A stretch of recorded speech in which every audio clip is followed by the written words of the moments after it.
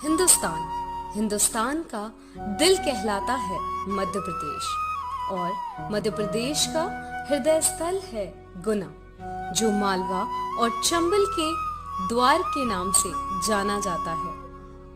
मिली जुली संस्कृति और सभ्यता का प्रतीक है यह शहर। यहाँ से मात्र 8 किलोमीटर की दूरी पर है बजरंगगढ़ का यह किला।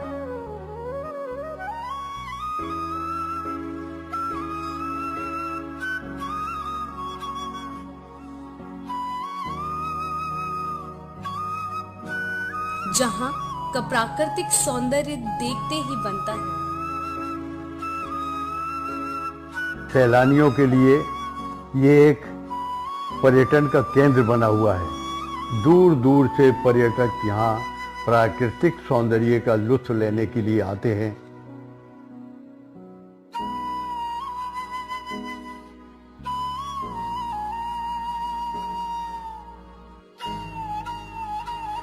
यहाँ की हरी भरी वादियाँ, लहलहाते फूल कलियाँ, चहचहाती चिड़ियाँ, गुनगुनाती हवाएं और कदम चूमती नदियाँ देखते ही बनती हैं। बजरंगगढ़ का यह किला संग्रामों और संघर्षों की दास्तां चीख चीख कर कह रहा है। कहते हैं कि इस जगह का नाम पहले मूसागढ़ था।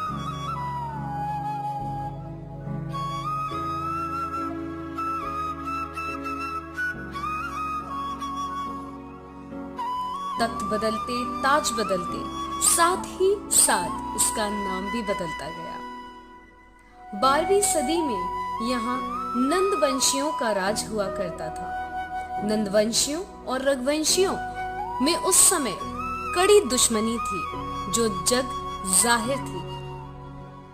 एक बार दोनों समुदाय के बीच भीषण युद्ध हुआ, जिसमें रघुवंशियों की जीत हुई। रघुवंशियों ने इसका नाम बदलकर झारकोन रख दिया। इधर हार की आग में जल रहे नंदवंशियों ने अपने राज्य के लिए रघुवंशियों पर आक्रमण कर दिया और उन्हें भागने पर मजबूर कर दिया।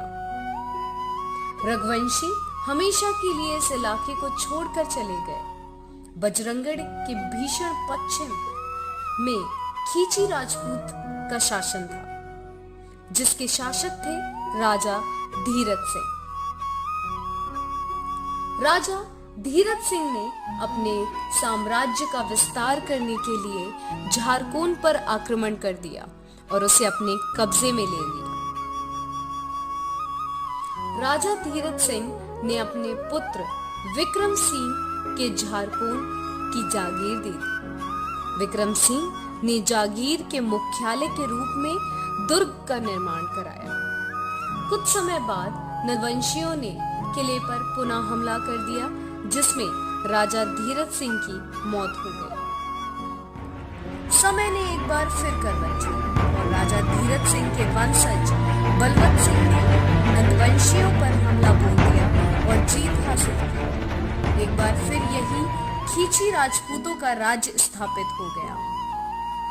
राजा बलवंत सिंह ने ही इसका नाम बदलकर बजरंगगढ़ रखा।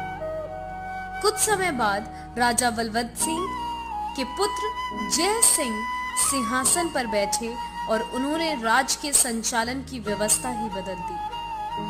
कई निर्माण कार्य कराए, जिनके अवशेष आज भी देखने को मिलते हैं।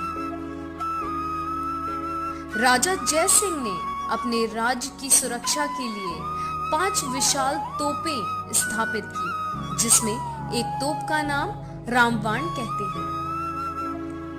यह सिर्फ एक बार ही चली है और जब चली तो यहाँ से 7 से 8 किलोमीटर की दूरी पर स्थापित बिलोनिया गांव जाकर इसका गोला गिरा।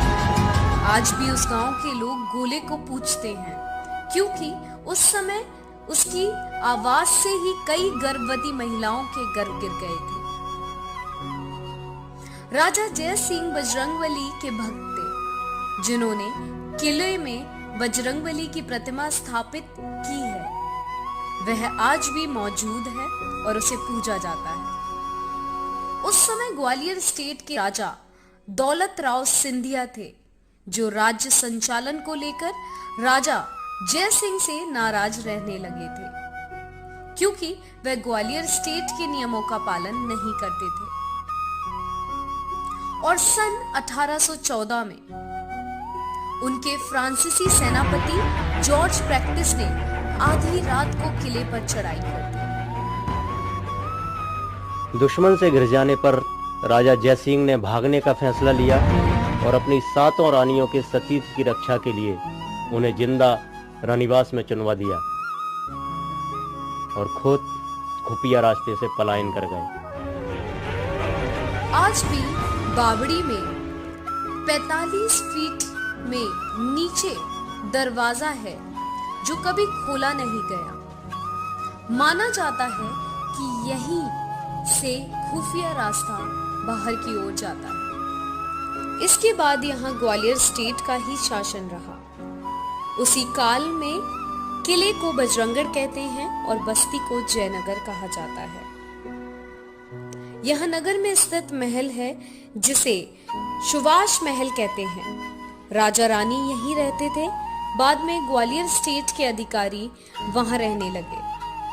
रंग महल राजा की ऐशबाग थी। मोती महल के पास जेल थी जिसमें कैदी रहा करते थे और इन कैदियों से घट से चुना पिसवाया जाता था। प्राकृतिक सौंदर्य की प्रतीक एक नदी यहाँ कल कल करती हुई बहती है। कहते हैं कि यहाँ पहले घाट बने हुए थे। किले के चारों ओर जो ऊंचे स्तंभ हैं, वह शिकारगाह या चेक पोस्ट कहलाते हैं। यहाँ से हर आने जाने वाले पर नजर रखी जाती थी। पुरातत्व विभाग में आने के बाद वर्ष 2009 में जीर्णोद्धार हुआ और इसे एक पर्यटक स्थल में तब्दील कर दिया गया। यहाँ एक विशाल राम मंदिर है जिसके सामने एक चबूतरा है जिसमें शिव मंदिर हुआ करता था, जिसके अवशेष आज भी मौजूद हैं। बजरंगगढ़ का यह किला राजतांत्रिक व्यवस्था, उनके संघर्ष, संग्रामों और संस्कृति की कहानी कहता है। वही इसका प्राकृतिक सौंदर्य आज भी पर्यटकों को अपनी ओर आकर्षित करता है।